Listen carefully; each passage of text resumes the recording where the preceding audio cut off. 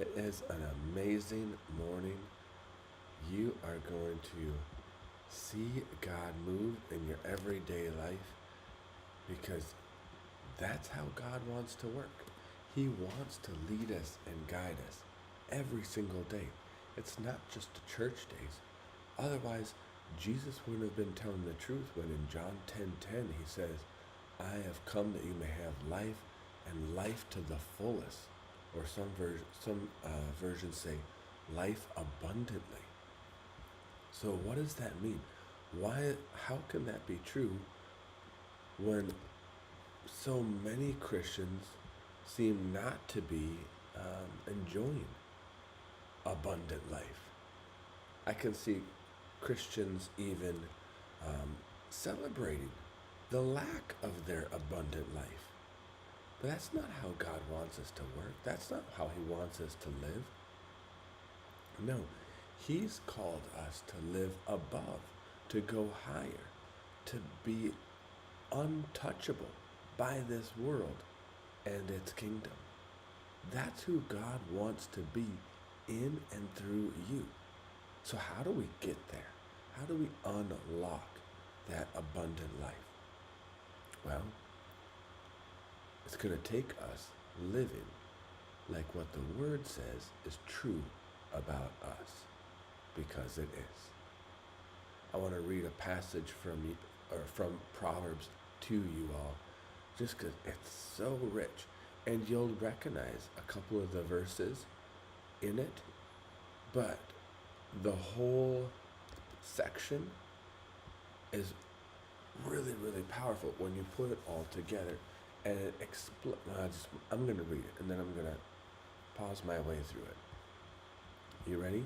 We're going to Proverbs chapter 3. We'll start at verse 3. Never let loyalty and kindness leave you. Tie them around your neck as a reminder. Write them deep within your heart. Then you will find favor with both God and people, and you will earn a good reputation. And that right there is so good. That's so good. What does it take to earn favor or find favor with both God and man and earn a good reputation? Loyalty and kindness. That's supposed to be high priority for us. Think about Jesus before he began ministry. What did he do? He grew in favor with both God and people. That's what the word says. So if you want to step into the fullness of what God has for you, we have to start with loyalty and kindness. So you might be saying, I understand that's what it took back then. I don't think I can do that. You don't know my current situations. Next verses are for you. Then you will find, trust in the Lord with all your heart, and do not depend on your own understanding. Seek His will in all you do, and He will show you which path to take. It's not up to you to find which way you're going to be loyal, how you're going to show kindness, or to whom you're going to be loyal. You can ask God, and then even when you don't feel like it, even when it's what God says is opposite of what you want to do, then you're going to trust the Lord with all your heart and do not depend on your own understanding. The next section of verses reinforces that. Don't be impressed with your own wisdom. No, because our wisdom is like what the New Testament calls limited human insight. We can't live by limited human insight. You know who lives by limited human insight? The world does. We don't. We're led by Him. Seek His will in all you do, and He will show you which path to take. We let Him lead. So do not be impressed with your own wisdom. Instead, fear the Lord and turn away from evil. Then you will have healing for your body and strength for your bones. Honor the Lord with your wealth and with the best part of everything you produce. Pause for a sec. This points out that that God expects us to have wealth, because it doesn't even say honor the Lord with what you have or your little bit you got or whatever. It's wealth.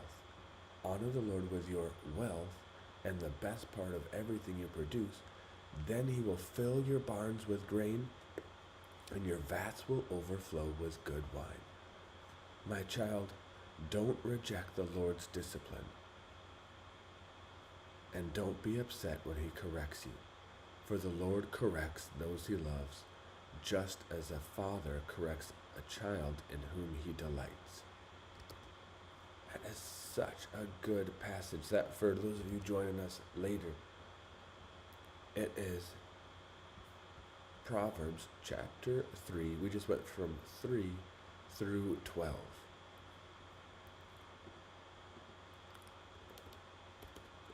Through 12. And I want to encourage you, let's live by that today. God in you is so much bigger than anyone has ever guessed. So much bigger than you have ever allowed him. So let's make steps. Let's make progress. Let's begin looking for him to lead us in our everyday life and just see what he will do. It'll start with an amazing morning. All right, I gotta let you go. That was a little bit longer than I normally go. Don't forget, we have prayer tonight, a Root Prayer School. Here's the link. I'm putting it in the chat window right now. Join us. It's a fantastic time where we learn how to pray, how to connect with God, hear his voice, and see his will be done in our lives and the lives of those around us. All right. I'll see you then. Bye, everybody.